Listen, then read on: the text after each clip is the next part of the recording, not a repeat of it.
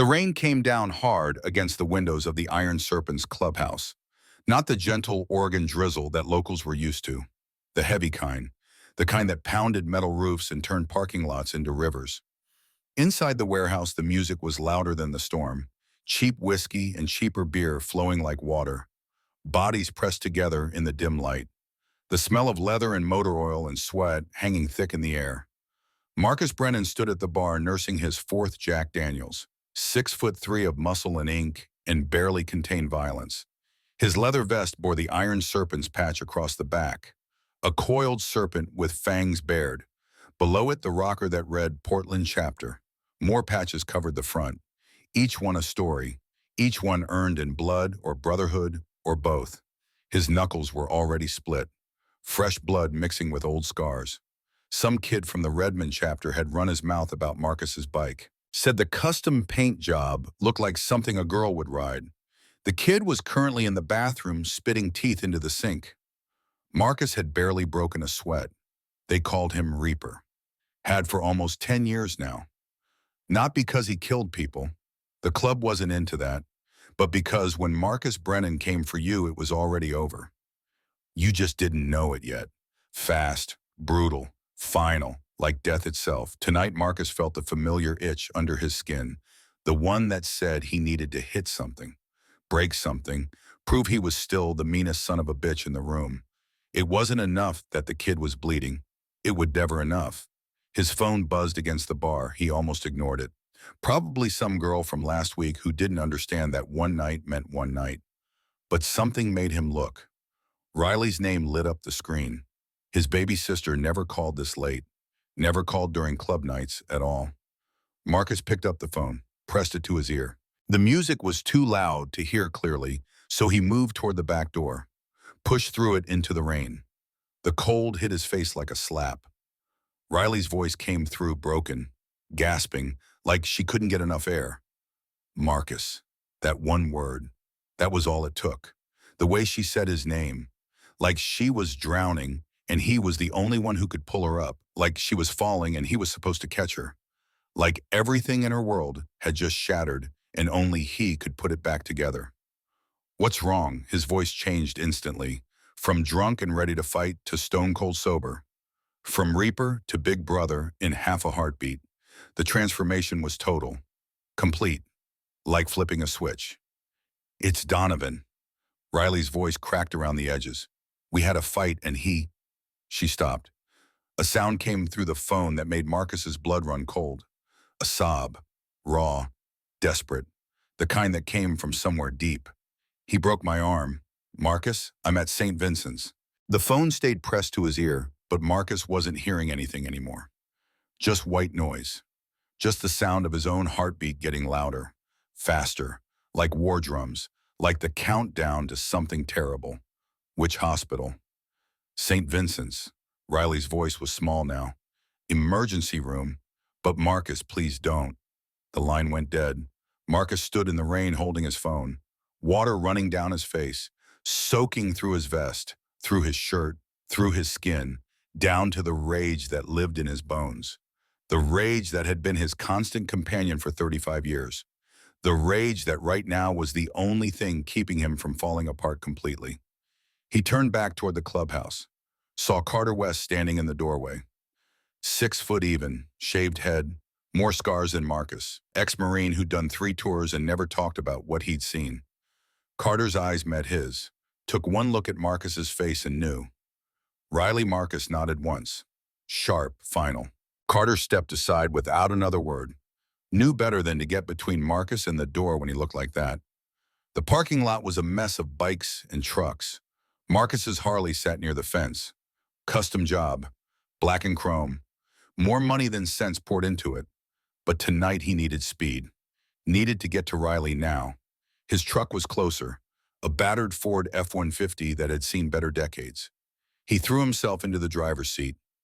Keyed the ignition. The engine roared to life. Gravel sprayed as he tore out of the lot. His phone buzzed again. Carter's name. He ignored it, focused on the road. On getting to St. Vincent's. On not killing everyone between here and there. The streets of Portland blurred past. Rain hammering the windshield. Wipers struggling to keep up. Red lights meant nothing. Stop signs were suggestions. Other cars honked and swerved. Marcus didn't care, didn't slow down, didn't stop. His hands gripped the steering wheel until they went white, until his knuckles cracked, until the pain in his already split skin cut through the rage enough to let him think. Donovan Walsh. The name tasted like poison in Marcus's mind. Clean-cut accountant with his pressed shirts and his perfect smile. Riley had brought him to Sunday dinner 6 months ago, introduced him like he was something special, like he was different from the others. Marcus had seen it immediately, seen the way Donovan's smile never quite reached his eyes, the way his hand rested on Riley's shoulder. Possessive, controlling. The way he answered questions meant for Riley, spoke for her, decided things for her. Marcus had pulled Riley aside that night, in the kitchen while Donovan was in the bathroom. Told her his gut said something was wrong with this guy, that she should be careful. Riley had laughed, said Marcus saw danger everywhere, said he needed to trust her judgment, said Donovan was kind and successful and treated her well, said Marcus was overprotective. Always had been, always would be. She'd been right about that last part.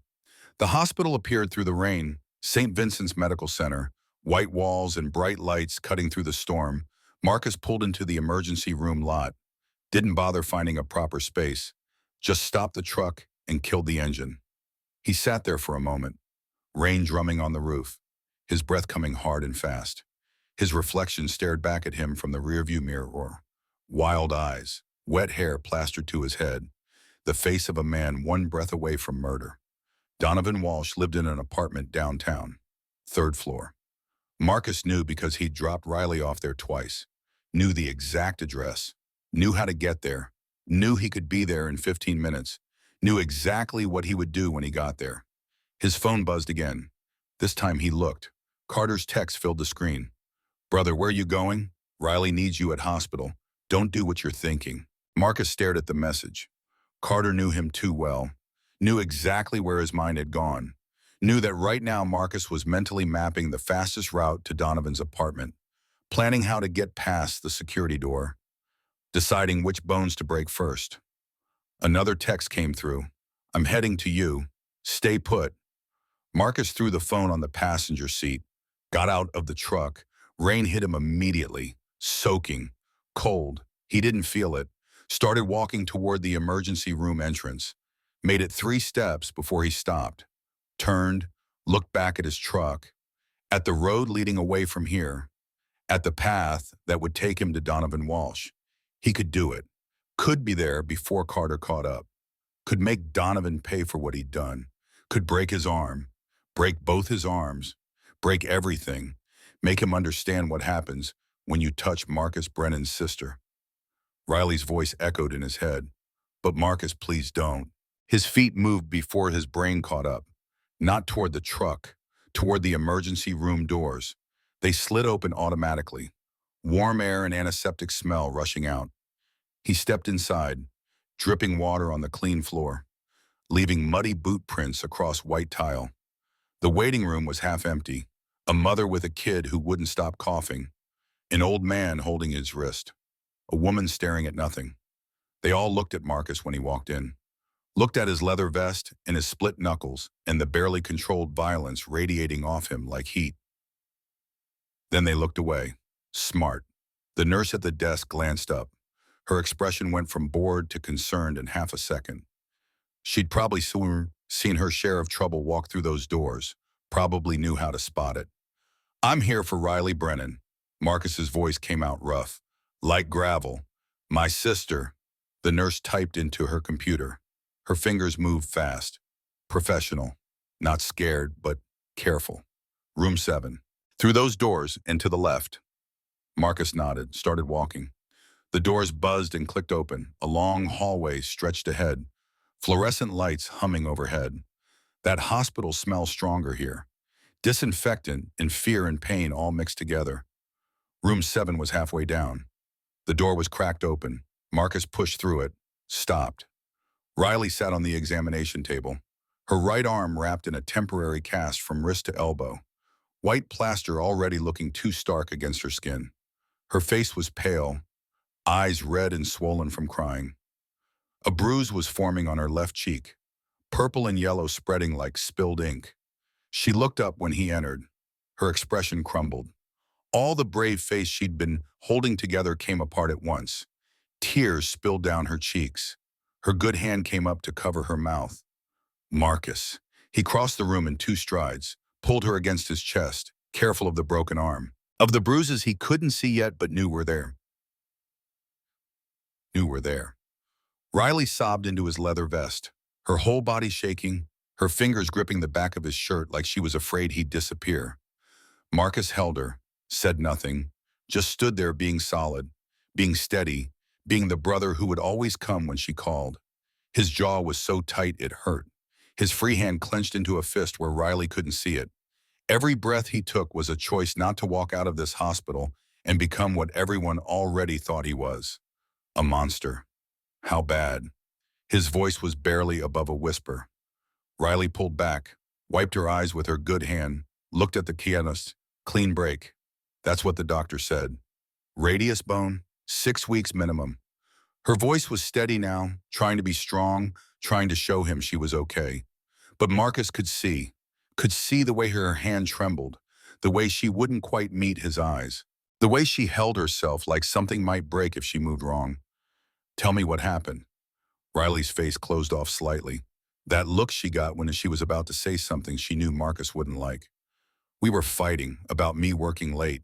I was supposed to be home at 6 and I didn't get there until 7:30. He was waiting. She paused, swallowed. Marcus watched her throat work, watched her trying to find words for something that probably didn't have words. He was angry, more angry than I'd seen him before.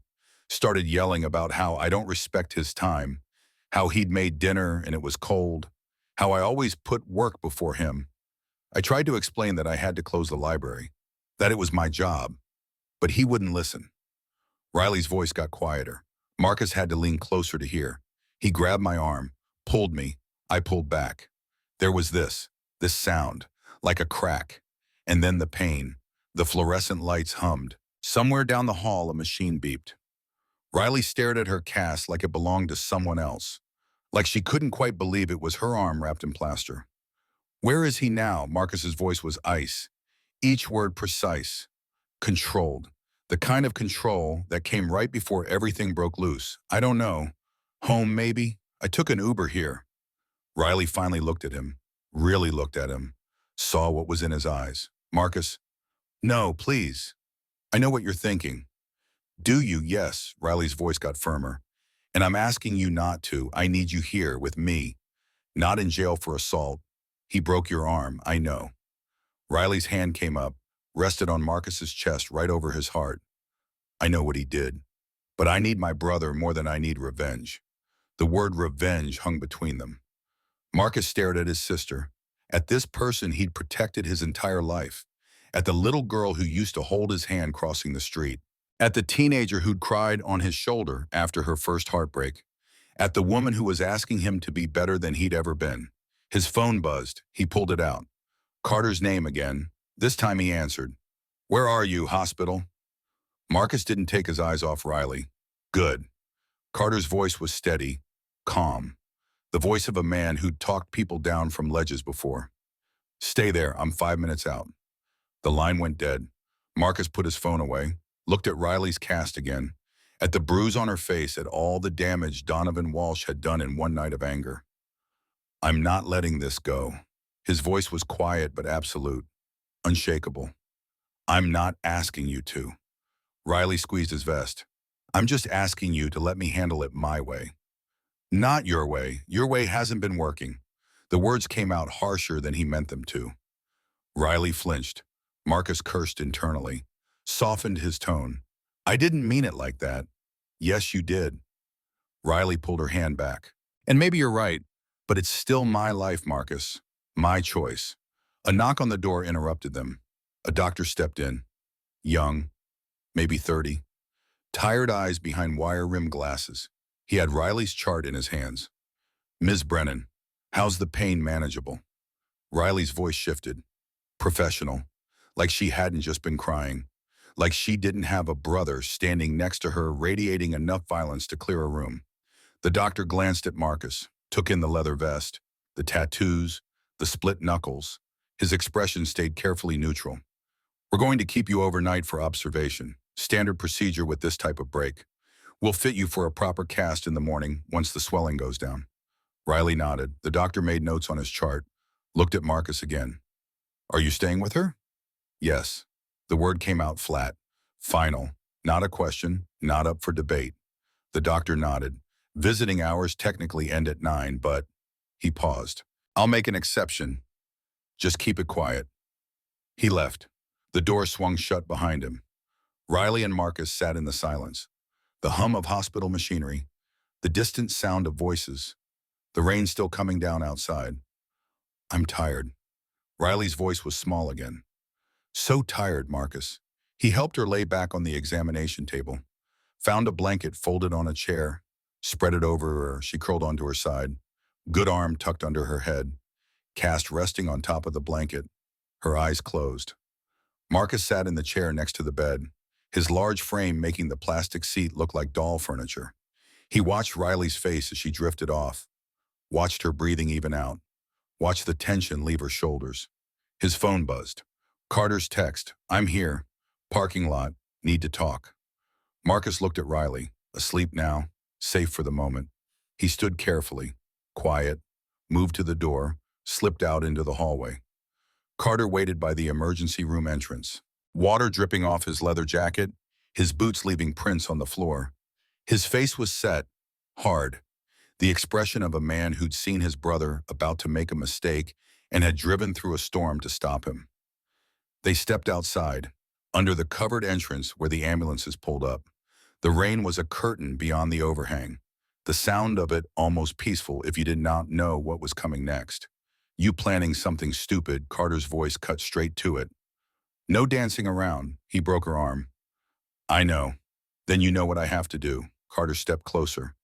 Put himself between Marcus and the parking lot, between Marcus and his truck, between Marcus and the road that led to Donovan Walsh. No, what you have to do is be here for your sister. What you want to do is go break that guy's face. Those are different things. Marcus's hands clenched. His jaw worked. Carter stood firm. They'd known each other 15 years, had ridden together, fought together, bled together. Carter was one of maybe 3 people in the world who could stand up to Marcus when he got like this. She called me. Carter said it quietly. Before she called you. The words hit like a punch. Marcus's head snapped up, stared at his friend.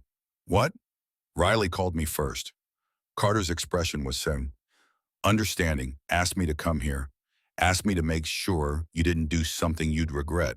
She knew exactly what you'd want to do. Marcus felt something crack in his chest, something that had nothing to do with broken bones. She's scared of me, not of you. Carter shook his head. For you. There's a difference. She knows you'd burn the whole world down to protect her. But she also knows that would destroy you, and she loves you too much to let that happen. The rain kept falling. Marcus stood there under the overhang, feeling it all crash over him. The rage, the helplessness, the knowledge that his baby sister didn't trust him to handle this the right way, that she'd needed someone else to come protect her from her own brother's love. I can't just do nothing. His voice cracked on the last word. You're not doing nothing. You're here. That's everything. Carter put a hand on Marcus's shoulder. Let the law handle Donovan. Let Riley decide what comes next. Just be her brother. Not the Reaper. Not the enforcer. Just Marcus. How do I do that? The question came out raw. Honest. When all I want to do is make him hurt. Same way you do anything hard. Carter squeezed his shoulder, 1 minute at a time. They stood in silence. 2 men in leather vests in the rain. 2 brothers not by blood but by choice. Marcus took a breath, let it out slow, felt the rage bank slightly. Not gone, never gone, but controlled. For now. Stay tonight, Carter asked. Yeah, I'll bring you breakfast in the morning. Coffee, too. You look like you could use about a gallon. Marcus almost smiled. Almost. Carter nodded, headed back to his bike. The engine roared to life. He pulled out of the lot, disappeared into the rain. Marcus went back inside, back through the hallways, Back to room 7, Riley was still asleep, curled on her side, face peaceful for the first time since he'd arrived. He sat back down in the uncomfortable chair, settled in for a long night, pulled out his phone, stared at it. Donovan's address was in his contacts, from when Riley had first started dating him, when Marcus had made a point to know where the guy lived.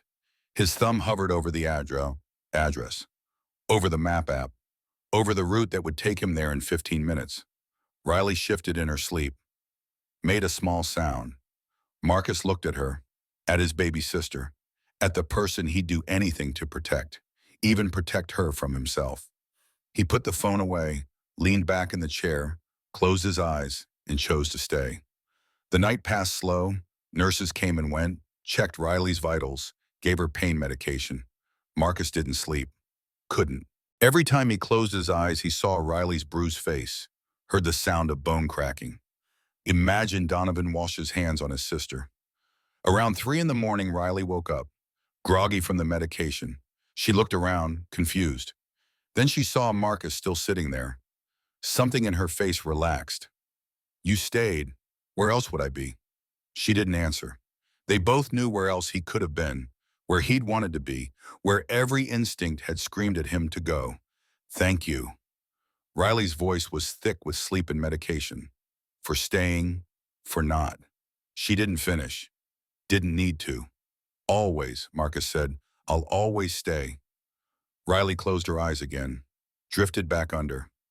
Marcus watched the sun start to come up, watched light leak through the hospital windows, watched a new day begin that he wished had never come. Carter showed up at 7, true to his word, 2 cups of coffee and a bag from the diner down the street. Marcus stepped into the hallway. They ate breakfast leaning against the wall, not talking much, just being there. The doctor came by at 8, fitted Riley for a proper cast. Bright white plaster that would be with her for the next 6 weeks. A constant reminder, a mark left by someone who was supposed to love her. They discharged Riley at 9. Paperwork and prescriptions and instructions about keeping the cast dry. Marcus signed everything, made sure he understood the follow-up appointments, the warning signs to watch for. He drove Riley to her apartment, a small place in northwest Portland, 3rd floor walk-up, hardwood floors and big windows that usually made it feel bright and open. Today it just felt empty. Riley moved slowly, each step careful. Marcus stayed close, ready to catch her if she stumbled. They made it to her door. Riley fumbled with her keys one-handed, finally got it open. Marcus followed her inside. The apartment was neat, clean. Riley had always been organized. Books arranged by author on the shelves. Throw pillows perfectly placed on the couch. Everything in its place, except for the broken lamp on the floor near the kitchen, the glass scattered across the hardwood, the picture frame face down on the coffee table. Riley saw Marcus looking, her face closed off. It happened before he grabbed my arm. I backed into the table and knocked over the frame.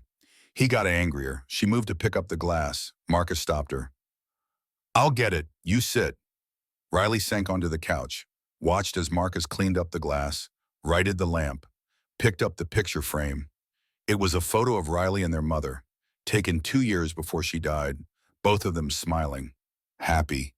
The glass had cracked across their faces. Marcus set it on the bookshelf, made a mental note to get the glass replaced. "Do you want me to stay?" he asked. Riley shook her head. "I just want to sleep. Real sleep. In my own bed. I'll check on you tomorrow." "Marcus." Riley's voice stopped him at the door. "He's not a bad person. He has a temper. So do I." Marcus turned to look at her. "But I've never put you in a hospital." Riley didn't have an answer for that. Marcus left, pulled the door shut behind him, stood in the hallway trying to breathe through the rage that wanted to consume him. His phone buzzed. Unknown number. He almost didn't answer. Then did. "Marcus Brennan, who's this? My name is Donovan Walsh. I heard about what happened and..." "With Riley, I need to talk to you." Marcus's vision went red. His hand tightened on the phone. His voice, when it came out, was barely human. "Where are you? Donovan's voice shook. "I don't think that's a good idea. I just wanted to call, to say I'm sorry, that I never meant for things to go that far." "You broke her arm, I know." God, I know. I've been sick about it all night. I'm getting help, I swear. I have an appointment with a therapist tomorrow. I'm going to fix this. Marcus took a breath. Let it out slow. Used every ounce of control he had. Don't call this number again. Don't go near Riley again. If I see you, if I even hear about you being within 10 feet of my sister, there won't be enough of you left to bury. Understand silence on the other end. Then a click. The line went dead. Marcus stood there holding his phone, his whole body shaking with the effort of not destroying something, not getting in his truck, not hunting Donovan Walsh down like the animal he was. He called Carter instead. I need a drink. It's not even noon. I don't care. They met at the clubhouse. The place was empty in daylight. Just the two of them and a bottle of whiskey. Marcus told Carter about the phone call, about the rage that was eating him alive, about how hard it was to do nothing. Carter listened, didn't judge, didn't tell Marcus he was wrong. Just sat there being solid, being steady, being the friend who understood that sometimes the hardest thing was choosing not to fight. 3 days passed. Marcus checked on Riley twice a day, brought her groceries, changed the bandage under her cast, made sure she took her medication, watched her move carefully around her apartment like she was afraid of breaking something else. On the third day, Carter called, said Marcus needed to come to the clubhouse. Wouldn't say why, just said to come. Marcus rode over, his Harley cutting through afternoon traffic. The rain had stopped, sun breaking through clouds, the kind of day that should have felt hopeful. He pulled into the lot, saw Carter's bike, saw a few other brothers, saw a car he didn't recognize. Clean, new, not the kind of car that usually showed up at an MC clubhouse. Inside, Carter waited, standing, tense, behind him, sitting on one of the worn couches. Was Donovan Walsh. He looked smaller than Marcus remembered. Clean-shaven, pressed khakis and a button-down shirt, his hands clasped in his lap, his eyes red-rimmed, scared. Marcus stopped walking. Every muscle in his body went tight. His hands curled into fists. Carter stepped between them. Before you do anything, before you say anything, he wanted to apologize. In person, I'm here to make sure nothing stupid happens. To either of you. Marcus looked past Carter, looked at Donovan Walsh, at the man who had broken his sister's arm, who had left bruises on her face, who had made her scared in her own home. Donovan stood, slowly, carefully, like approaching a wild animal. He held a manila envelope in shaking hands. His voice cracked. He cleared his throat. Tried again. I came to apologize, to show you I'm serious about getting help. He extended the envelope toward Marcus. Marcus didn't take it, didn't move, just stared. It's proof. Donovan's voice got stronger, desperate. Of my therapy appointments. I've seen Dr. Ashford 3 times already. I'm on medication. I'm doing anger management. I'm trying to be better. The envelope hung in the air between them. Marcus finally took it, opened it. Inside were appointment cards, prescriptions, a letter from Dr. Sloan Ashford confirming treatment. This doesn't change what you did. Marcus's voice was cold, dead. Nothing changes that, I know. Donovan's eyes filled with tears. I know. But I love Riley, and I'm going to prove to her, to you, that I can change, that I'm not, that I won't. He couldn't finish. Marcus looked at this man, this person who had hurt his sister, who was standing here crying, who seemed genuinely broken by what he'd done. And Marcus didn't believe him. Not for a second. Stay away from Riley. Marcus dropped the envelope on the couch. Or the next time we meet, I won't let Carter stop me. Donovan nodded quickly, grabbed the envelope, hurried toward the door, looked back once, his face desperate, pleading. Then he was gone. The sound of his car starting, driving away, leaving silence behind.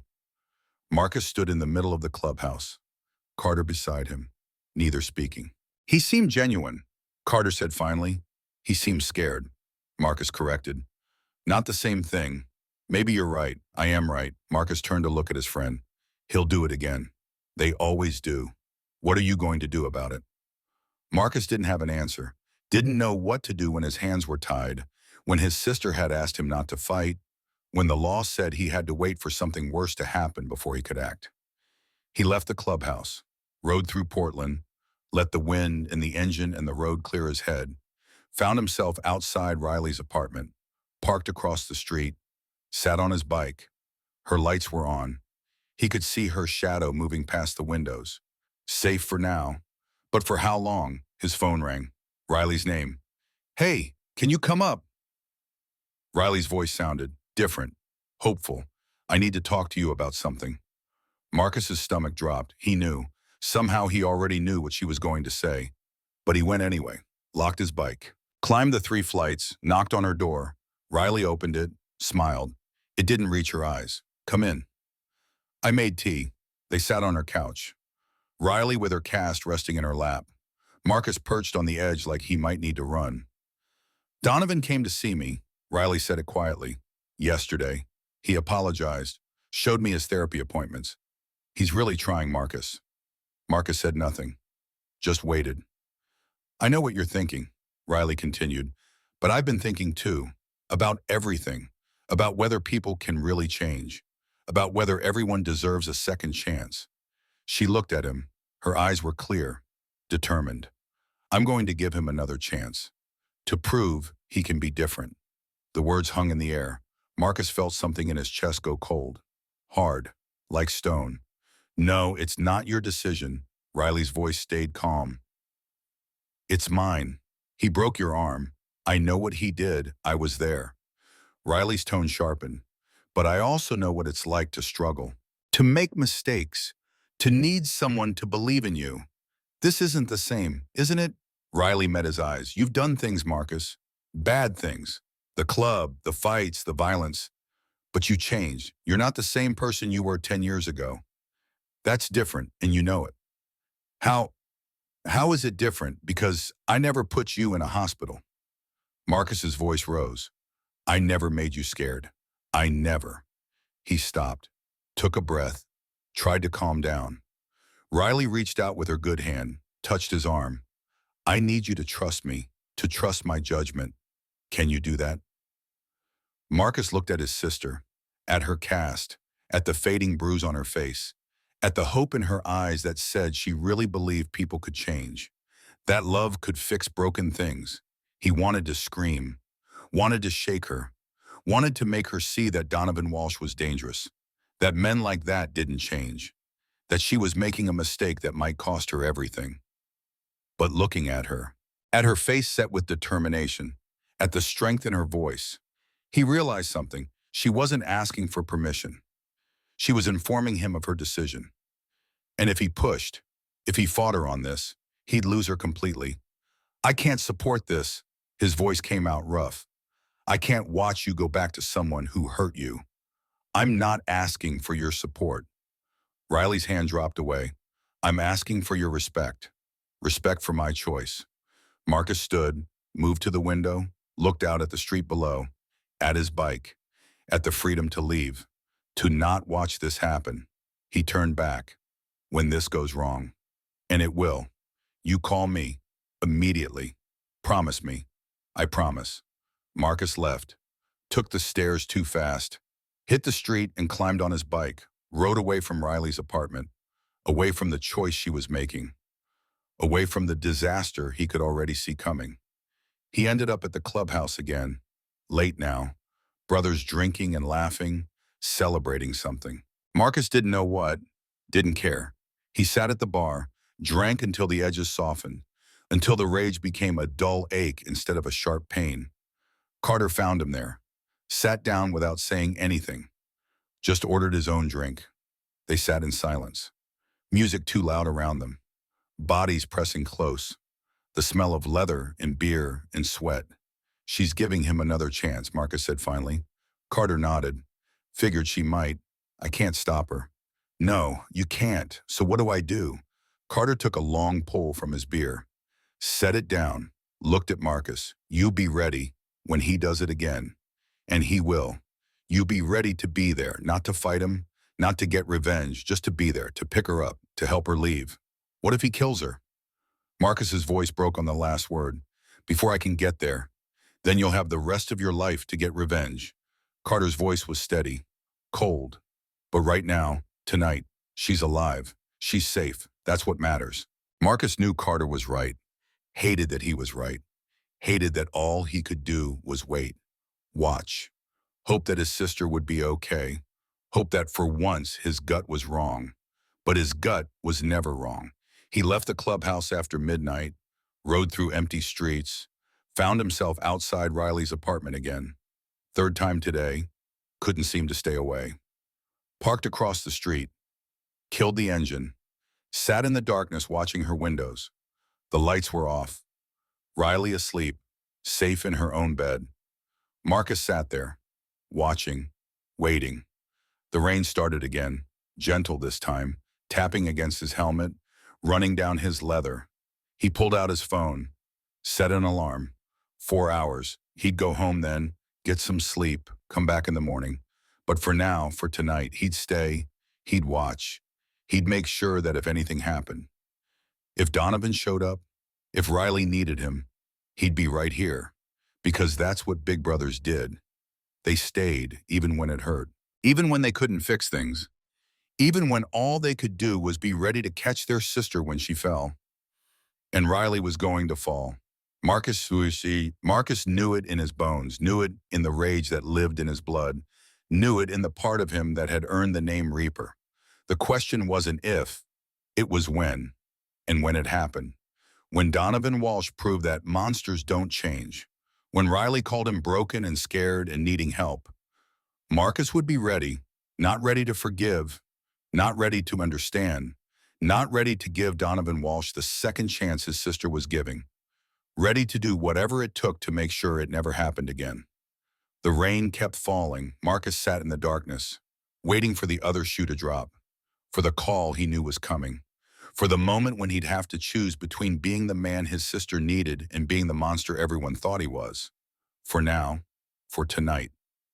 He chose to wait, but the Reaper was patient. And when the time came, when Riley needed him, when Donovan Walsh proved that some people don't deserve second chances, Marcus would be there, and God help anyone who got in his way. 2 weeks crawled by like years. Marcus lived in a state of constant tension, like waiting for an earthquake you could feel building under your feet but couldn't see coming. He checked on Riley every day, sometimes twice, brought her groceries she didn't need, fixed things in her apartment that weren't broken, made excuses to stop by just to see she was still breathing. Riley tolerated it, barely. Her patience wore thinner each visit. Marcus could see it in the way her jaw tightened when he showed up unannounced, in the way she answered his questions with single words, in the way she kept her phone face down on the table so he couldn't see if Donovan was texting. He'd started following Donovan too, not every day, just enough to know his patterns. The guy left for work at 7:30, drove a silver Lexus that probably cost more than Marcus's bike, worked at an accounting firm downtown, glass building, 20th floor, came out for lunch at noon most days, hit the gym after work 3 times a week, normal, boring, the kind of routine that said reliable, trustworthy, safe. Marcus didn't believe it for a second. His phone rang Tuesday afternoon. Carter's name. Marcus was sitting outside Riley's apartment again. Third time this week, he answered on the second ring. You busy? Depends. I need you to meet me. Carter's voice had an edge to it, something urgent. The Wayward Tavern on Burnside. Now. Marcus started his bike. The Wayward was a dive bar, the kind of place where nobody asked questions and everybody minded their own business. Not the kind of place Carter usually called meetings.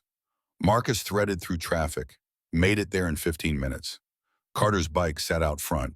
Marcus parked next to it, went inside. The place was dark even in daylight. Smelled like stale beer and old cigarettes. A few regulars hunched at the bar. Carter sat in a booth in the back. 2 beers on the table, one already half empty. Marcus slid into the seat across from him, picked up the full beer, waited. Your boy Donovan, Carter said. Saw him today. Where? Here. Carter gestured around the empty bar. About an hour ago, drunk off his ass, noon on a Tuesday. Marcus's hand tightened on the bottle. He set it down carefully, trying to keep control. How drunk? 3 sheets to the wind drunk. Could barely walk straight. Paid his tab and stumbled out around 11:30. Carter leaned forward. Been watching him since Riley's accident. following up on my own. Something felt off. Marcus felt something cold settle in his stomach. What else? Carter pulled out his phone, scrolled through photos, turned it around. Donovan Walsh staggering out of the wayward. Donovan leaning against a wall. Donovan getting into his car. He drove home like that. Carter's voice was flat, angry. Could have killed someone. More photos. Donovan at a liquor store 2 days ago. At a different bar last Thursday. Always alone. Always drinking. Always during hours when he should have been at work or therapy. The therapy appointments. Marcus's voice was quiet. Dangerous. I checked. Carter put his phone away. Called the number on those cards he showed you. Dr. Sloan Ashford's office. They have a Donovan Walsh in their system, but his last appointment was 3 weeks ago. He canceled the rest. Hasn't been back since. Marcus felt the rage building. That familiar heat in his blood. The one that said violence was the only answer. The one that had earned him his road name. The cards were fake, Carter continued. Photoshopped. Good job, too. I almost didn't catch it. But the dates were wrong. Appointments scheduled on Sundays when the office is closed. Marcus stood. Carter grabbed his wrist. Where are you going? Where do you think? Sit down. Carter's grip was iron. Think for a second. You storm over there, now what happens? You beat him up. You get arrested. Riley gets mad at you. Donovan gets sympathy. You lose. Marcus yanked his hand free. So what? I just let him keep lying to her. No, Carter stood too. You show her the evidence. Let her make the choice. But you show her, don't tell her. Don't demand. Just show her and let her decide. Marcus wanted to argue. Wanted to say that Riley had already made her choice and it was the wrong one. But Carter's eyes said he was right. Said that going after Donovan now would only push Riley further away. Fine. Marcus grabbed his helmet. I'll show her tonight. Want me to come? No. This is between me and my sister. Marcus rode to Riley's apartment. The photos felt like they were burning a hole in his pocket. Evidence of what he'd known all along. That Donovan Walsh was a liar. A drunk. A man who didn't change. Couldn't change. Wouldn't change. He knocked on Riley's door. Heard movement inside. Heard her voice asking who it was. Heard the deadbolt slide back. She opened the door. Smiled when she saw him. A real smile. The first one he'd seen since the accident. Hey, I wasn't expecting you today. Come in. Something in Marcus's chest twisted. She looked happy. Lighter. Like maybe things were getting better. Like maybe he was wrong about everything. He followed her inside. The apartment looked different. Flowers on the table. Fresh ones. The windows were open. Sunlight streaming in. Music playing softly from her speaker. Something classical. Riley loved classical music when she was in a good mood. Want some tea? She moved to the kitchen, started filling the kettle. Riley, we need to talk. Her shoulders tensed. She didn't turn around. Okay. About what? Donovan? Marcus? Her voice got tight. I thought we agreed. You'd respect my decision. I do. But there are things you need to know. She turned, leaned against the counter, arms crossed. The cast stark white against her dark sweater. Go ahead. Marcus pulled out his phone, showed her the photos, one by one. Donovan at the bar. Donovan buying liquor. Donovan drunk at noon on a Tuesday. Riley's face went pale, then red, then pale again. Where did you get these? Carter's been watching him. Marcus kept his voice neutral. The therapy appointments are fake, Riley. He hasn't been to see Dr. Ashford in 3 weeks. You're lying. Call the office. Verify it yourself. Riley grabbed her phone, dialed, put it on speaker, asked about Donovan Walsh's appointments, listened as the receptionist confirmed what Carter had found, that he'd canceled, that they hadn't seen him, that they hoped everything was okay. Riley ended the call, set her phone down, stared at it like it had betrayed her. Maybe he switched therapists. Her voice was small. Found someone else. Maybe. Marcus didn't push, just waited. The kettle whistled. Riley didn't move. Just stood there staring at nothing. Marcus turned off the stove, poured water into 2 cups, found tea bags, let them steep, did all the normal things while his sister's world cracked apart. He lied to me, Riley said finally. Yeah, he showed me those cards, looked me in the eye and lied. Marcus handed her a cup of tea. She took it. Didn't drink, just held it. watching the steam rise. You were right, Riley looked at him, about everything. And I wouldn't listen. You wanted to believe people could change. That's not a bad thing. It is when it makes you stupid. Riley set the cup down hard. When it makes you ignore obvious signs. When it makes you give chances to people who don't deserve them. She turned away, wiped her eyes with her good hand. Marcus wanted to go to her, to hold her, to say I told you so, to say I knew this would happen, to say I'm here and I'll fix it. But he didn't. He just stood there. Let her process. Let her be angry. Let her feel whatever she needed to feel. I need to end it. Riley's voice was steady now, determined. Today, before this goes any further. Want me there when you do it? No, Riley turned back, squared her shoulders. I need to do this myself to prove I can. Does that make sense? Marcus nodded. But I'm not far. You call me if anything goes wrong. I will. Promise me, Riley. Actually promise. I promise. Marcus finished his tea, gave his sister space, left her apartment feeling the weight of being right, of knowing what was coming, of being helpless to stop it even though he'd seen it from a mile away. He didn't go home, didn't go to the clubhouse, just rode, through Portland streets, out to the gorge, watching the Columbia River rage past, thinking about his sister and the choice she was making and whether she'd really go through with it. His phone rang around 7, Riley's name. I did it. Her voice was shaky but firm. Told him it was over, that I knew about the drinking and the fake therapy. He tried to explain, to make excuses. I didn't let him. How'd he take it? Not well. Got angry, started yelling. I locked myself in the bathroom until he left. Riley took a breath. He's gone now. I'm okay. You want me to come over? No, I needed you to know that I did it. I'm proud of you. Marcus heard her voice crack. Thanks for not saying I told you so. Wasn't thinking it, liar. Marcus smiled. Get some rest. Call me tomorrow. He rode home. Felt the tension ease slightly. Maybe this was it. Maybe Riley had really ended things.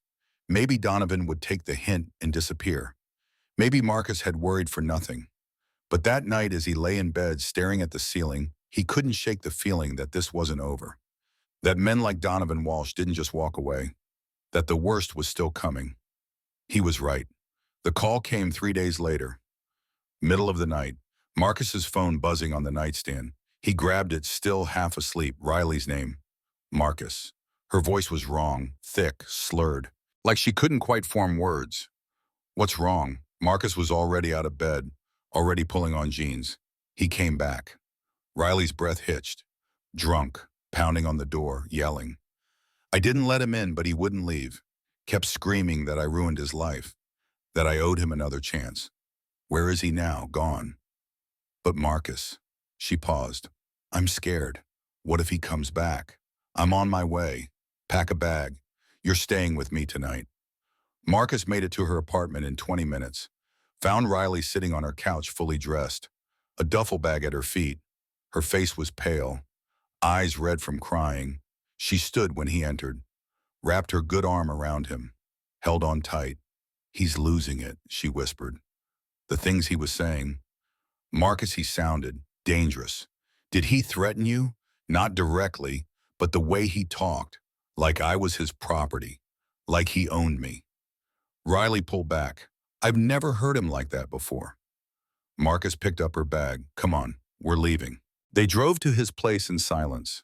Marcus checking the rearview mirror constantly, making sure they weren't followed. Riley stared out the window, lost in her own thoughts, her own fear. Marcus's apartment was small, 1 bedroom, barely furnished. He gave Riley the bed, took the couch, lay there listening to her breathe through the thin wall, listening for the sound of a car outside, for footsteps, for any sign that Donovan had found them. Morning came. Riley emerged from the bedroom looking exhausted, like she hadn't slept at all. Coffee, Marcus offered. Please. They sat at his small kitchen table. Riley wrapped her hands around her mug, stared into the dark liquid like it held answers. I'm an idiot, she said finally. You're human. I ignored every warning sign, every red flag, because I wanted to believe, because I was lonely, because... She stopped. Her voice broke. Because I didn't want to be the kind of person who needed my big brother to save me. Marcus reached across the table, covered her hand with his. Asking for help isn't weakness, it's smart. That's not what you think, though, is it? Riley looked at him. You think I'm weak, that I should have left the first time he hurt me? No, Marcus said. I think you're the strongest person I know, because you keep hoping even when hope seems stupid, because you keep trusting even when you have been hurt. That takes more courage than anything I've ever done. Riley's eyes filled with tears. Then why does it feel like I failed? Because that's what guys like Donovan do. They make you think you're the problem.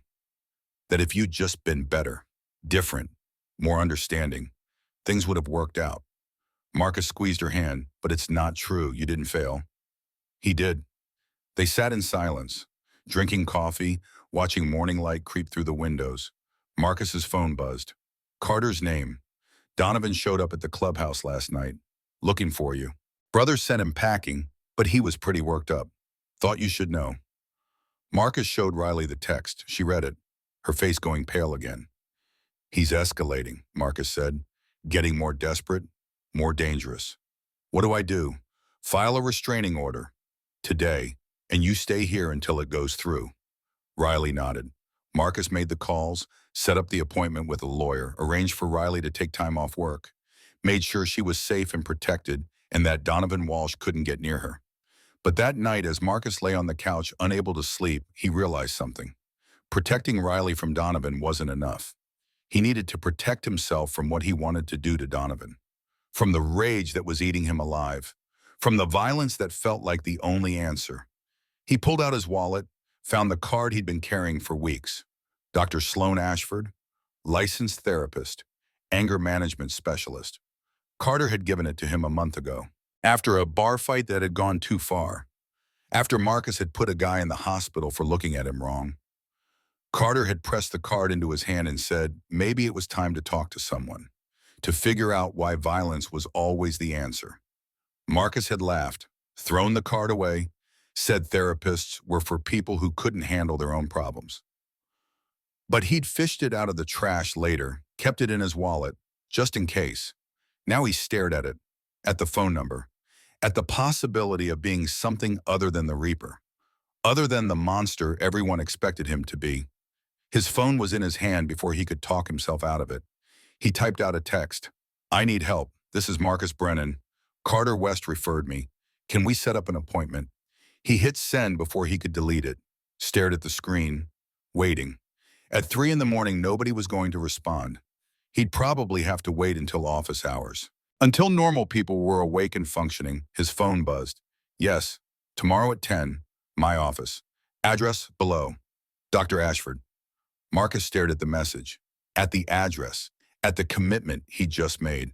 Part of him wanted to cancel, to say he'd changed his mind, to handle this the way he always handled things.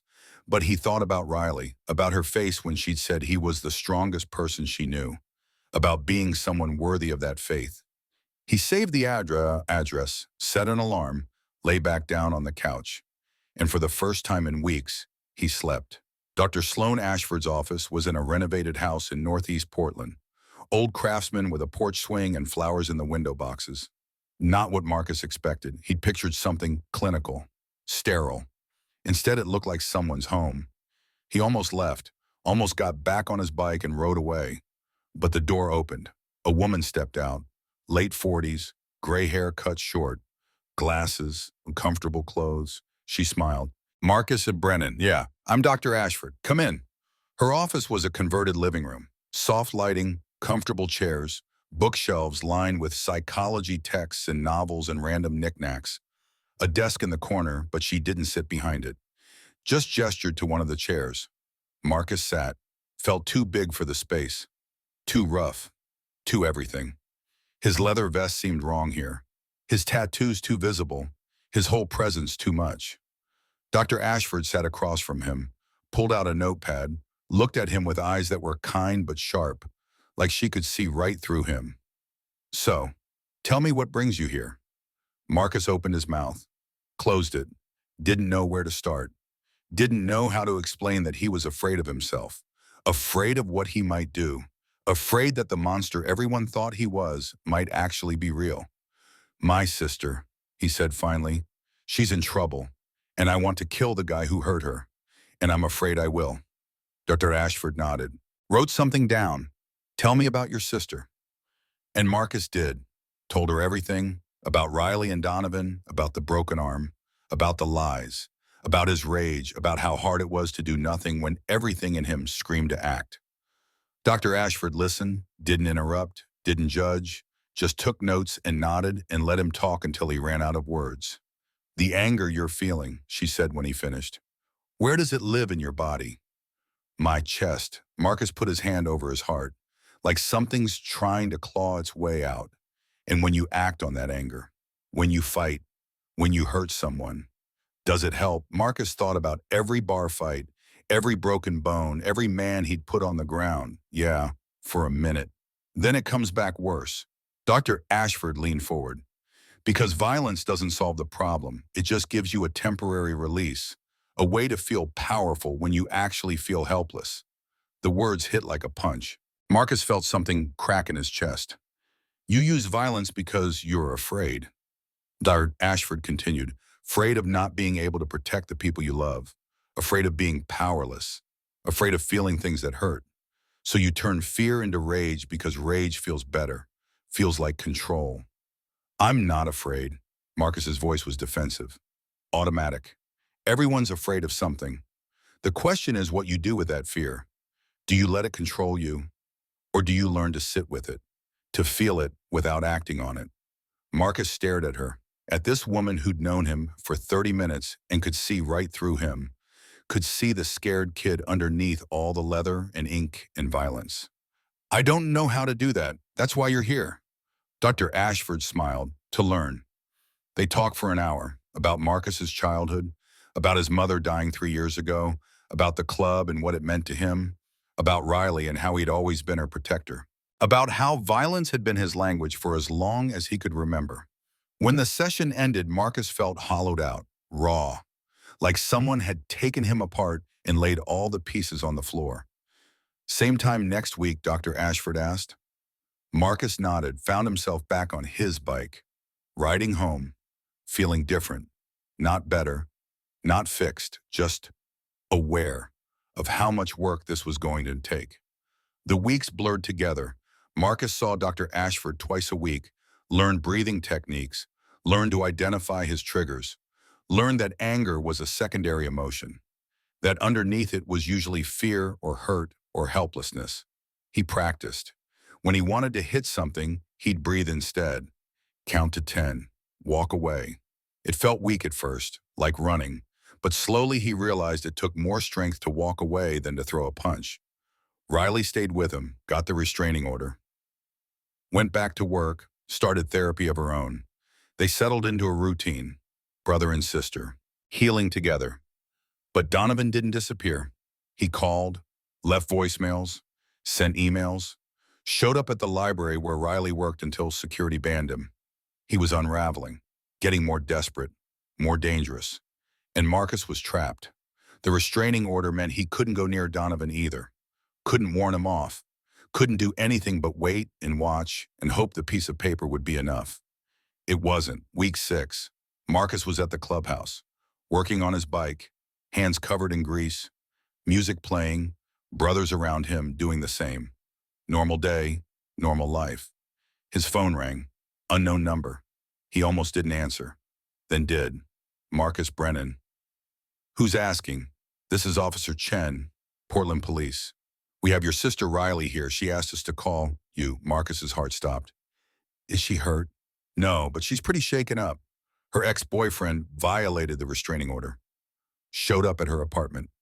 She's okay, but we need you to come get her. Where? Central Precinct, downtown. Marcus was moving before the officer finished talking. Yelled to Carter that he had to go, jumped on his bike, made it downtown in record time.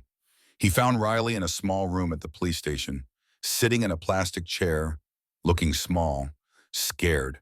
When she saw him, she stood, walked into his arms, started crying. He wouldn't leave, she said into his chest, just kept pounding on the door, screaming that I'd ruined his life, That I owed him. The neighbors called the police. Did he hurt you? No. Riley pulled back, wiped her eyes. But Marcus, the look in his eyes, he wasn't the same person. It was like something broke inside him. They filed another report, got the violation on record. The officer said they'd arrest Donovan if they could find him, that he'd violated the restraining order, that he'd go to jail. But Marcus knew that by the time they found him, it might be too late, that Donovan was spiraling, that desperate men did desperate things. He took Riley back to his apartment, locked the doors, checked the windows, sat up all night while she slept, watching, waiting, ready. His phone buzzed around midnight. Dr. Ashford's name. A text. Heard about what happened. Office is open if you need to talk, day or night. Marcus stared at the message, at the offer, at the lifeline being thrown to a drowning man. He called. She answered on the first ring. Tell me you're not planning to do something stupid. Her voice was calm, professional, but underneath it was concern. I'm sitting in my apartment, protecting my sister. That's not stupid, but you want to do more. Marcus didn't answer, didn't need to. Let me ask you something, Ashford said. What happens if you go after him? If you hurt him, best case scenario, I feel better for a minute. And then, Riley's disappointed. I get arrested. I prove I'm no better than he is. And worst case, I kill him. Go to prison. Leave Riley alone. So what's the alternative? I don't know. That's why I called you. The alternative is you trust the system. Trust the police to do their job. Trust that you've done everything you can and you let go of the outcome. I don't know how to do that, I know. But you're learning, and right now, tonight, you're doing exactly what you should be doing, being there for your sister. That's enough. Marcus sat in the dark, listening to Riley breathe, feeling the rage bank slightly. Not gone, never gone, but controlled. Thank you, he said finally. That's what I'm here for. Call me tomorrow. We'll talk through this more. She hung up. Marcus sat there holding his phone, feeling the weight lift slightly, feeling like maybe, just maybe, he could do this, could be the man his sister needed instead of the monster everyone expected. His phone buzzed again. Carter's name? You good. Getting there. Need anything? Just keep an eye out. Let me know if you hear anything about Donovan. Already on it, brother. Marcus put his phone away, leaned back in his chair, closed his eyes, and breathed. In for 4, hold for 4, out for 4. The way Dr. Ashford had taught him, it wasn't enough. Didn't fix anything. Didn't make the rage go away or make Riley safe or make Donovan disappear. But it was something. It was a start. It was proof that maybe he could change, that maybe violence wasn't the only answer, that maybe there was another way to be strong. The night stretched on. Marcus sat vigil, protecting his sister, battling his demons, learning that sometimes the hardest fight was the one against yourself, and winning that fight, one breath at a time. Riley's phone rang just after midnight. 3 weeks later, Marcus was in the kitchen making coffee. Couldn't sleep. Again. Riley emerged from the bedroom, hair messy, eyes confused. She picked up her phone, looked at the screen. Her face went white. It's him. Don't answer. Marcus moved toward her, but Riley already had. Put it on speaker. Donovan's voice filled the apartment, slurred, desperate, broken. Riley, baby, please, just talk to me. 5 minutes, that's all I need. Donovan, you need to hang up. Riley's voice shook. You're violating the restraining order. I don't care about anything anymore. You destroyed me. Do you understand that? You destroyed everything. You did this yourself. Riley's voice got stronger. I'm hanging up now. If you hang up, I swear to God. Donovan's voice rose. You'll regret it. I'll make sure you regret it. Marcus grabbed the phone. His voice came out cold. Dead. Final. This is Marcus. You threaten my sister again, and the cops will be the least of your problems. Understand silence. Then I'm done. With all of it, with you people, with this life. You win, Marcus. You and your sister. You win. The line went dead. Riley stared at Marcus, her face pale. What did he mean by that? Marcus didn't answer. Just called Carter. called the police, gave them Donovan's number, said he'd made threats, said he sounded unstable. They said they'd look into it, said they'd try to find him, said there wasn't much they could do unless he actually did something. Marcus wanted to scream, wanted to say that by the time he does something, it'll be too late. But he didn't. Just thanked them. Hung up. Looked at Riley. Pack a bag. We're leaving town for a few days. Marcus, what? Just do it, please. They left before sunrise, drove to the coast, to a small motel in Cannon Beach that Marcus knew about, paid burial, used a fake name, made sure nobody could find them. Riley didn't argue, seemed relieved to get away. They spent 3 days walking on the beach, eating seafood, not talking about Donovan or restraining orders or any of it. On the third day, Marcus's phone rang. Officer Chen, we found him. Picked him up drunk at a bar downtown. He's in custody now. Violated the restraining order, plus public intoxication, plus outstanding warrant from a DUI last year. He's not getting out anytime soon. Marcus felt something in his chest loosen. Thank you. Your sister can come home now. She's safe, Marcus told Riley. Watched relief wash over her face, watched her cry. Not from fear this time, from exhaustion, from finally being able to breathe. They drove back to Portland the next morning. Riley went back to work, back to her apartment, back to her life. Marcus went back to therapy, back to learning how to be human instead of monster. 2 weeks later, late at night, Marcus's phone rang, Riley's name. His heart jumped. But when he answered, her voice was calm, strong, different. Marcus, can you come over? I need to tell you something. He drove to her apartment, found her sitting on her couch, face serious but not scared. She patted the seat next to her. He sat. I'm leaving, she said. Donovan's in jail, but I can't stay here. In this apartment, in this city, there's too much, too many memories, too much fear. Where will you go? Seattle. I got a job offer, library position, better pay, new start. Riley looked at him. I need this, Marcus. Need to prove I can do this, can build a life that isn't defined by what happened. Marcus felt his throat tighten. When? 2 weeks. I wanted to tell you, to make sure you understood. This isn't running away, it's moving forward. I know, Marcus pulled her into a hug. I'm proud of you. Will you be okay without me here?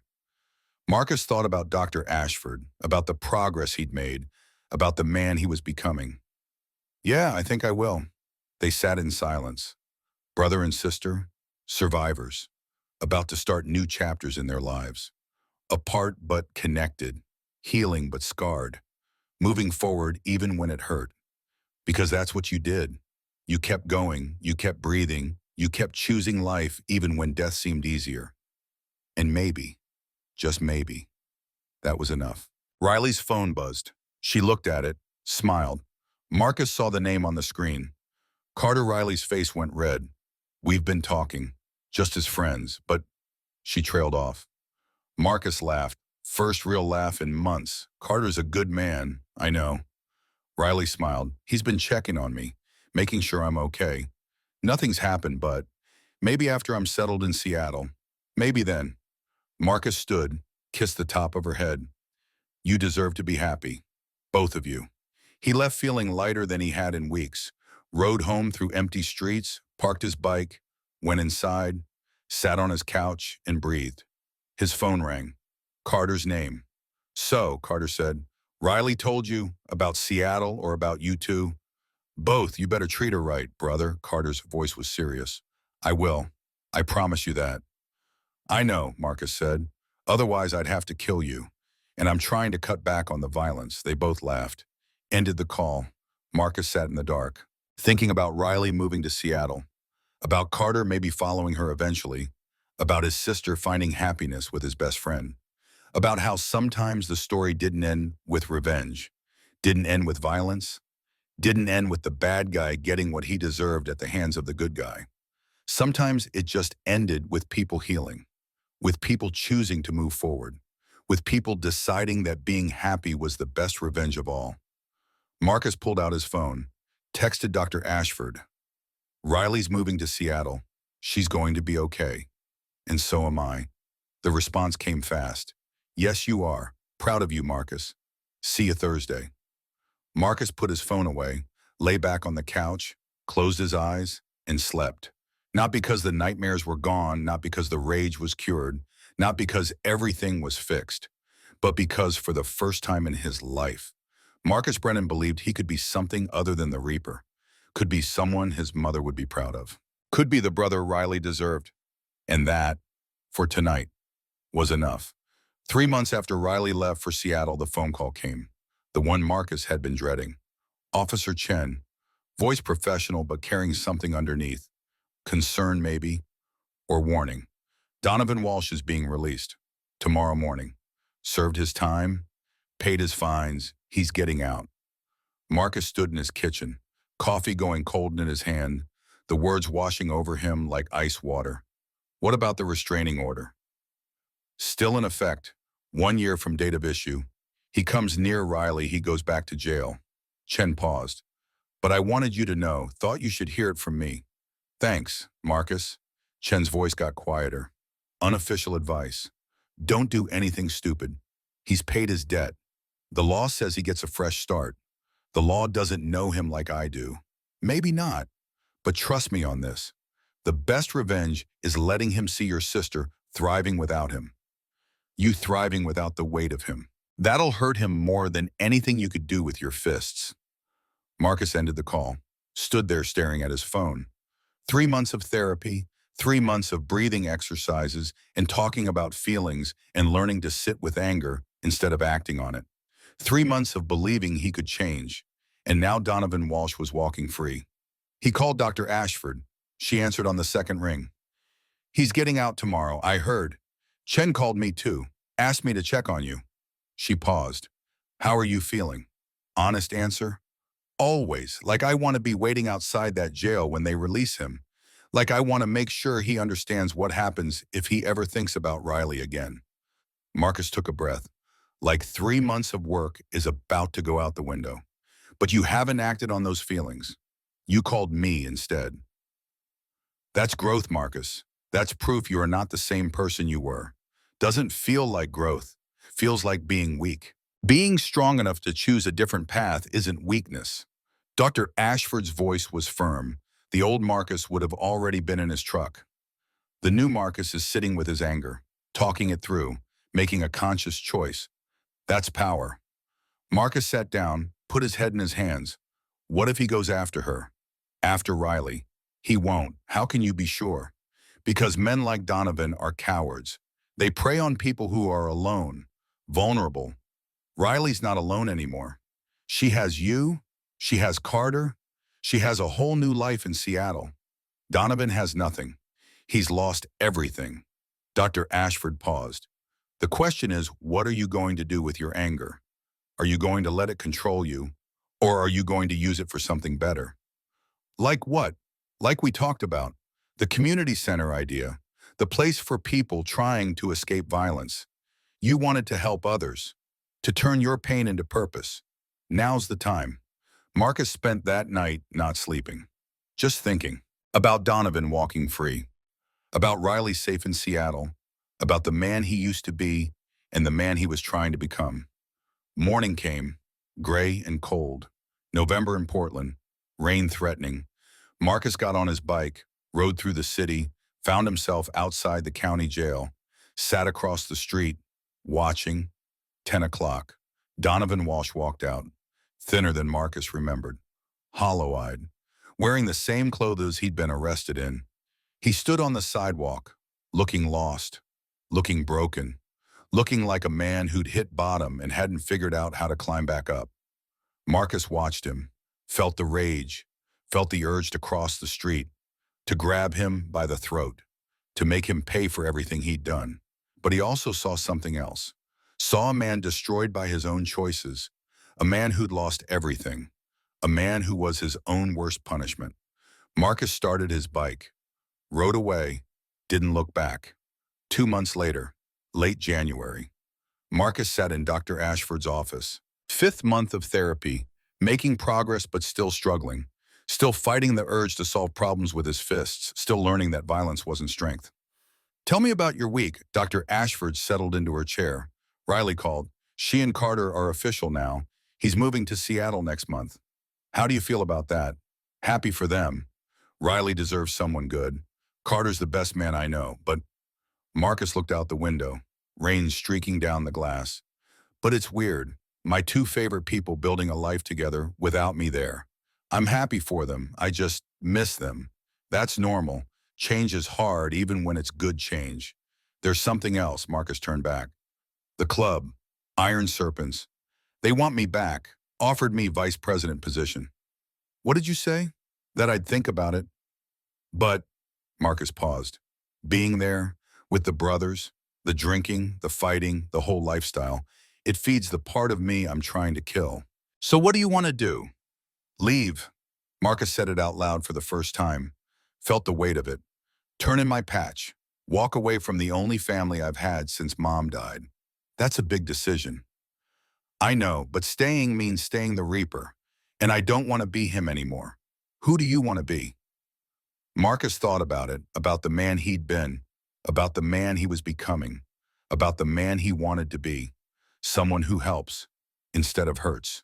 Dr. Ashford smiled. Then I think you have your answer. The clubhouse was packed.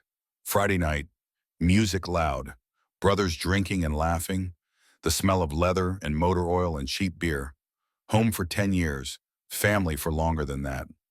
Marcus stood at the bar, nursing a water. Couldn't remember the last time he'd had alcohol. Therapy had taught him that drinking made control harder, made the anger louder. He didn't need that anymore. Carter found him, pulled up a stool, ordered a beer he didn't drink. You're really doing it. Yeah, Marcus stared straight ahead. Tonight. The brothers won't understand, I know. But I can't be this person anymore, this place, this life. It's killing the person I'm trying to become. Carter nodded, been thinking about it too. About leaving, following Riley to Seattle, building something different. You should. Marcus looked at his best friend. You and Riley, that's real. Don't let the club stand in the way. Come with us. Carter's voice was quiet. To Seattle. Fresh start for all three of us. Marcus thought about it. About leaving Portland. About being near Riley and Carter. About starting over somewhere nobody knew him as the Reaper. Maybe, not yet, but maybe. The club president called church. Mandatory meeting. All patch members only. They filed into the back room, sat around the scarred wooden table. 20 men who'd bled together, ridden together, been brothers together. Marcus stood, all eyes turned to him. I'm out. His voice was steady, final. I'm turning in my patch, effective tonight. Silence, shocked faces, then anger. The hell you are. The president stood. You don't just walk away. You took an oath, and I kept it. For 10 years. But this life isn't for me anymore. I need something different. Different, someone spat. You mean soft, weak. You've been going to therapy. We all know, talking about your feelings like some kind of enough, Carter stood. His voice cut across the room. Marcus is making the choice that's right for him. We should respect that. Who asked you nomad? You thinking about leaving too? Carter didn't answer, didn't need to. His silence said everything. The arguing went on for an hour. Accusations, threats, pleading. But Marcus stood firm, unhooked the patches from his vest. The Iron Serpent's logo he had worn with pride for a decade. Laid them on the table. I'll always be grateful for what you gave me. For the Brotherhood. For being there when I had nobody. But I can't be the Reaper anymore. I have to be something else. He walked out, heard them shouting behind him, calling him traitor, coward, weak. Let the words wash over him. Didn't look back. Carter followed. They stood in the parking lot. Rain coming down, soaking through their vests, their cuts, the leather that had defined them. That was the hardest thing I've ever done, Marcus said. You did the right thing. Doesn't feel right. Feels like I just lost my family. No. Carter put a hand on his shoulder. You just made room for a new one. They rode home through the rain, past the clubhouse, past the bars they used to frequent, past the whole life they were leaving behind. When they reached Marcus's apartment, Carter pulled up alongside. I'm leaving next week. Moving to Seattle. Come with me, even if it's just temporary. Give yourself space from all this. Marcus thought about Portland, about the memories, about everywhere he looked seeing the Reaper staring back, about needing distance to become someone new. Yeah, okay, I'll come. They packed Marcus's apartment in 3 days. Wasn't much to pack: clothes, some books, photos of Riley and their mother, the bike. Everything else he sold or gave away. Cutting tikias, starting fresh. Seattle welcomed them with rain. Riley met them at the Washington border, drove ahead of them in her car, led them to the neighborhood where she'd found a house. Small, 2 bedrooms. She'd been saving the spare room, hoping Marcus would visit, hoping he'd stay. They settled into a routine, Marcus and Carter in Riley's spare room until they found their own places. The three of them together, healing, building something new. Marcus got a job at a motorcycle shop, wrenching on bikes, honest work.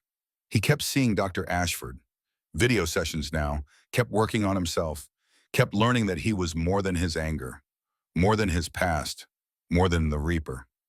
6 months in Seattle, summer turning to fall.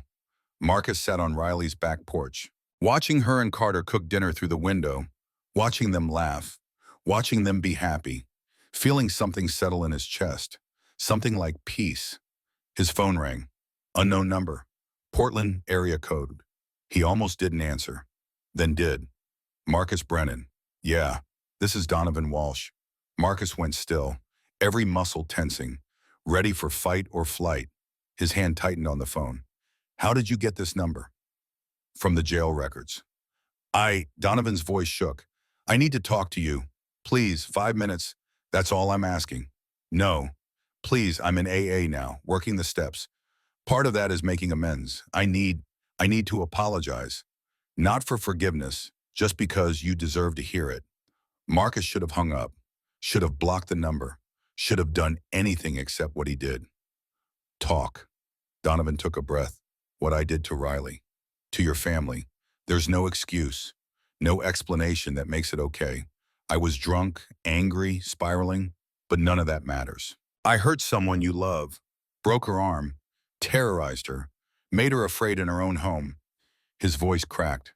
I think about it every day, about how close I came to doing something worse, about how I could have destroyed her life, destroyed my own, all because I couldn't control myself.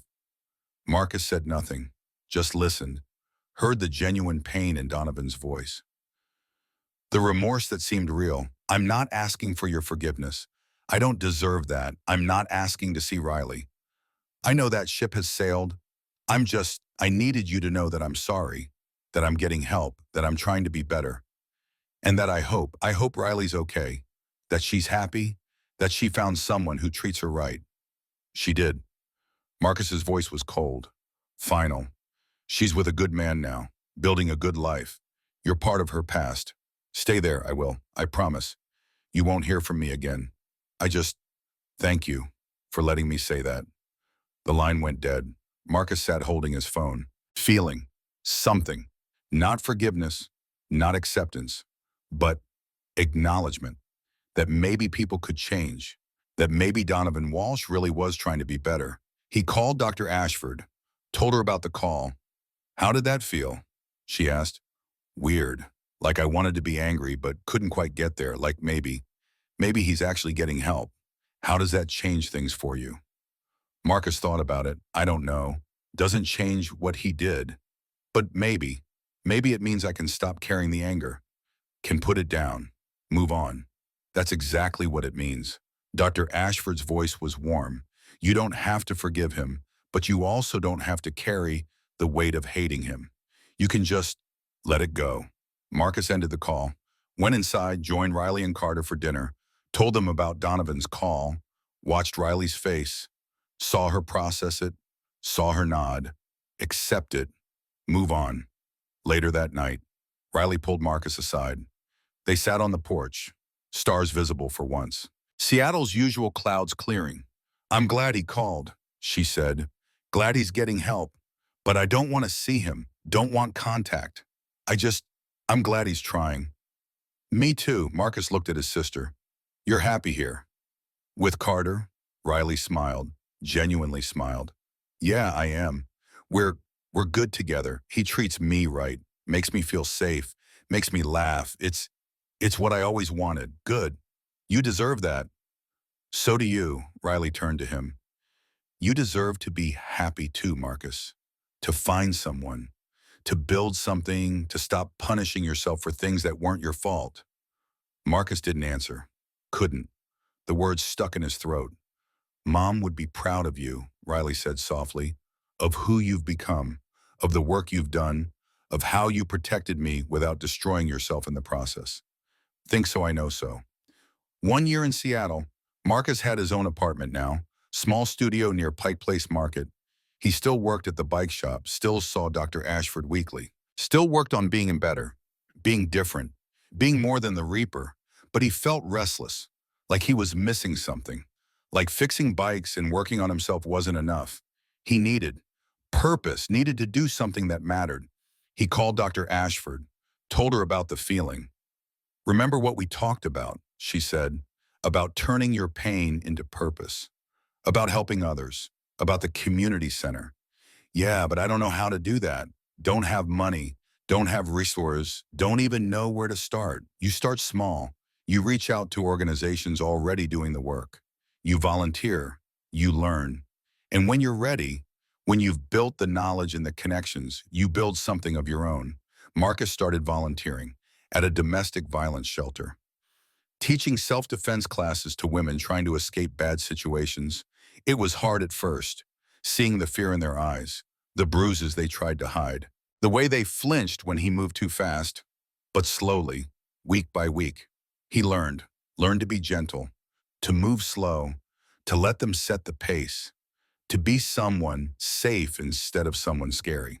The women responded, started trusting him, started asking questions, started sharing their stories. And Marcus listened, really listened, heard their pain, their fear, their hope that things could be different. 6 months of volunteering. The shelter director pulled him aside. Woman named Patricia, 50s, gray hair, kind eyes. She'd run this place for 20 years, seen everything, survived everything. You're good at this, she said. The women trust you. That's rare. Most men can't do what you do, can't make them feel safe. I'm trying. I know, Patricia smiled. I've been watching. You've got something special, a way of connecting, of making people believe they can be strong. Marcus didn't know what to say. Have you ever thought about doing this full time? Patricia continued, opening your own center, focused on men who want to change, who want to stop being violent, who need help becoming better. The idea hit Marcus like lightning. A center for men like Donovan, like the old Marcus, like everyone who'd ever let anger control them and hurt someone they loved. A place to learn, to change, to become something different. I don't know how, Marcus said honestly. Don't have the money or the knowledge but you have the experience, the authenticity, the proof that change is possible. Patricia leaned forward. I know people, funders, organizations. Let me make some calls, see what we can do. 3 months later, spring in Seattle, Marcus stood in front of an empty warehouse in South Seattle, industrial area, rough neighborhood. But the space was perfect. High ceilings, good bones, room to build something real. Patricia stood beside him, holding paperwork, grants, donations, commitments from local businesses, enough to get started, enough to make the dream real. Ready? She asked. Marcus looked at the building, at the future, at the chance to turn everything he'd been through into something that helped others. Yeah, I'm ready. They called it Second Chance Center, place for men struggling with anger, with violence, with being better than their worst impulses. Marcus ran it, taught classes, led groups, shared his story, showed them that change was possible, that the monster inside didn't have to win. It started small. 5 guys, meeting twice a week, talking about their anger, their triggers, their desire to be different. But word spread. Within 6 months, they had 20 regular members. Within a year, they needed a bigger space. Marcus hired staff, therapists, social workers, people who knew the work, who'd lived it, who could help in ways he couldn't. The center grew, became something real, something that mattered. 2 years after leaving Portland, 2 years of work, of growth, of becoming someone new. Marcus got a call from Riley, her voice excited. I'm pregnant. The words hit him like joy. Pure, unfiltered joy. Really, really. Due in 6 months. We wanted you to be the first to know. I'm so happy for you, for both of you. We want you to be the godfather, Riley said. If you'll do it. Marcus felt his throat tighten. Yeah, yes, of course. That night, Marcus drove to the cemetery where his mother was buried. 2 hours south, back to Portland. First time he'd been back since leaving. The city looked different. Or maybe he looked different. Maybe both. He found her grave. Diane Brennan, beloved mother, gone 5 years now. Felt like a lifetime. Felt like yesterday. Marcus knelt in the grass, pulled a few weeds that had grown around the stone, traced her name with his finger. Hey, Mom, it's been a while. The wind rustled through the trees, carrying the scent of roses from nearby graves. Marcus took a breath, let it out slow. Riley's pregnant, your first grandkid. She's happy, Mom, really happy, with a good man, Carter. You'd like him. He treats her right, makes her laugh, protects her without smothering her. He paused, wiped his eyes with the back of his hand. I know you worried about me, about the anger, about whether I'd ever figure out how to be something other than violent. I'm trying, Mom. I left the club, left Portland, started over in Seattle. Marcus pulled grass between his fingers. Let it fall. I opened a center for guys trying to change, trying to stop being angry, stop hurting people. I teach them what Dr. Ashford taught me. That anger is a choice, that violence doesn't make you strong, that real strength is choosing a different path. The sun was setting, painting the sky orange and pink. Beautiful, peaceful. I hope you're proud. Marcus's voice cracked. I hope. I hope you can see that I'm different, that I'm not the Reaper anymore, that I'm just Marcus, your son, Riley's brother, someone trying to be good. He sat in silence, watching the sky darken, feeling the weight he'd carried for so long finally lift. Not gone completely, never gone, but lighter, manageable, something he could live with. His phone buzzed. Carter's name. You still at the cemetery? Yeah, Riley and I are on our way. Be there in 20. You don't have to, we know, but we want to. Carter paused. Family sticks together. That's what you taught us. Marcus ended the call, sat there waiting, watching headlights approach, watching his sister and his best friend pull up, watching them walk across the grass, together. Riley had a small bump now, barely visible, but there, new life, new beginning, new chapter in their story. They stood around Diane's grave, 3 people who'd survived, who'd grown, who'd become more than their pain. Riley laid flowers on the stone, white roses, their mother's favorite. Carter put his arm around her, held her close. Marcus stood beside them, feeling like maybe, finally. Everything made sense. I miss her, Riley said softly. Wish she could meet the baby. She will, Marcus said, in all the ways that matter, in your strength, in your kindness, in how you love. She's there. They stood in silence, paying respects, saying goodbye, saying hello to whatever came next. Ready to go. Carter asked finally. Marcus looked at the grave one more time, at his mother's name, at the dates that marked her life, at the proof that people leave legacies, that what you do matters, that who you become is your choice. Yeah, I'm ready. They drove to dinner, small restaurant in Portland, sat in a booth, ordered too much food, laughed, told stories, talked about the baby, about names, about the future. Marcus watched Riley, saw her glowing, saw her happy, saw her healed. Not without scars, never without scars, but healed. And he realized something. This was the revenge he'd wanted all along. Not blood, not violence, not Donovan Walsh broken and suffering, but this. Riley happy, thriving, building a life with someone who loved her right, creating new life, moving forward. That was the victory. That was what mattered. After dinner, they drove Marcus back to Seattle. 3 hours in the car, Riley asleep in the back, Carter and Marcus talking quietly about the center, about the baby, about how strange life was. how you never knew where you'd end up. You did good, brother, Carter said as they pulled up to Marcus's apartment. With Riley, with yourself, with everything. You did real good. Couldn't have done it without you. Yeah, you could have, but I'm glad you didn't have to. Marcus got out, watched them drive away, went inside, sat on his couch, looked around his small apartment, at the life he'd built, at the person he'd become. His phone buzzed. Text from Dr. Ashford. Heard about Riley's pregnancy. Congratulations, Uncle Marcus. Proud of how far you have come. Marcus smiled, texted back. Thank you. For everything. For not giving up on me. Her response was immediate. You did the work. I just pointed the way. Keep going, keep growing, keep being the man you've worked so hard to become. Marcus put his phone away, lay back, closed his eyes, and for the first time in 37 years, Marcus Brennan felt at peace. Not because everything was perfect, not because the anger was gone, not because he'd fixed everything, but because he'd chosen every day to be better, to do better, to become something other than the monster everyone expected.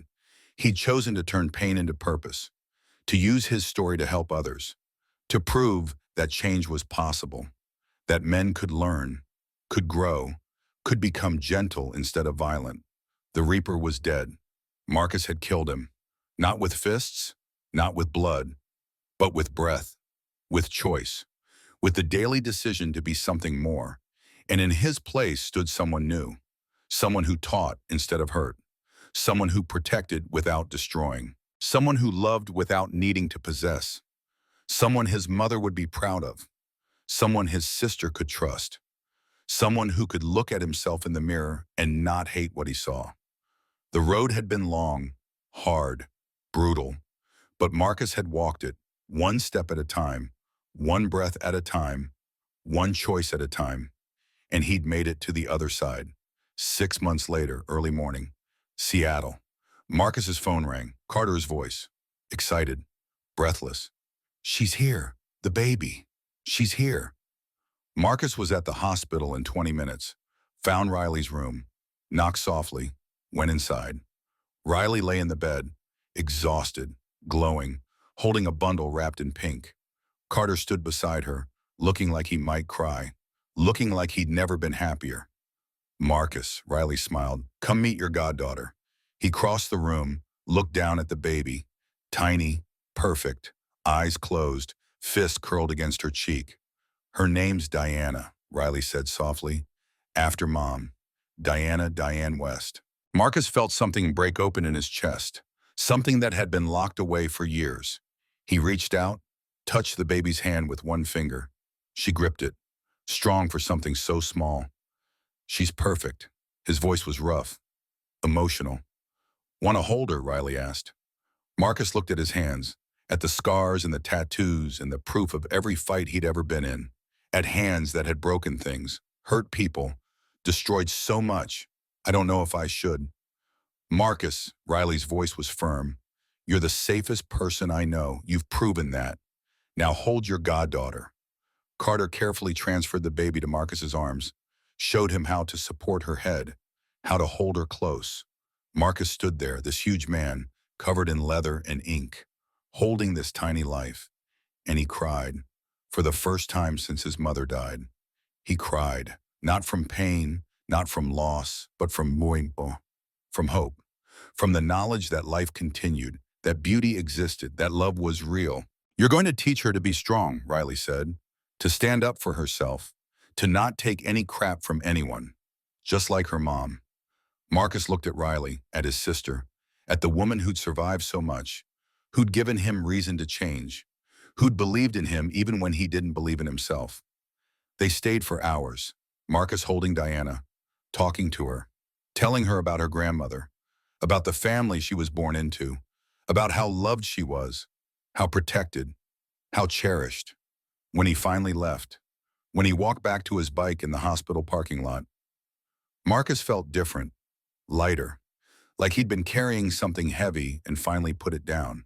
He rode through Seattle, past the center, past the shelter where he'd started, past all the places that had helped him become new. And he realized this was the end, not the end of life, not the end of work, not the end of growth, but the end of one story and the beginning of another. The story of the Reaper was over. That man was dead, gone, never coming back. In his place stood Marcus Brennan, godfather, brother, friend, teacher, protector of the vulnerable, guide for the lost, proof that people could change. It wasn't a perfect ending. There was no perfect ending. Life didn't work that way. The anger still lived in him.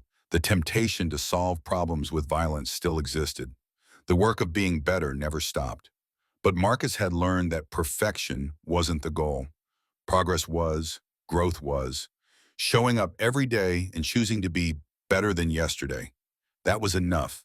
That was everything. He rode home through the afternoon, sun breaking through clouds, light painting the city gold, the sound of the engine beneath him, the wind against his face, the world vast and open and full of possibility.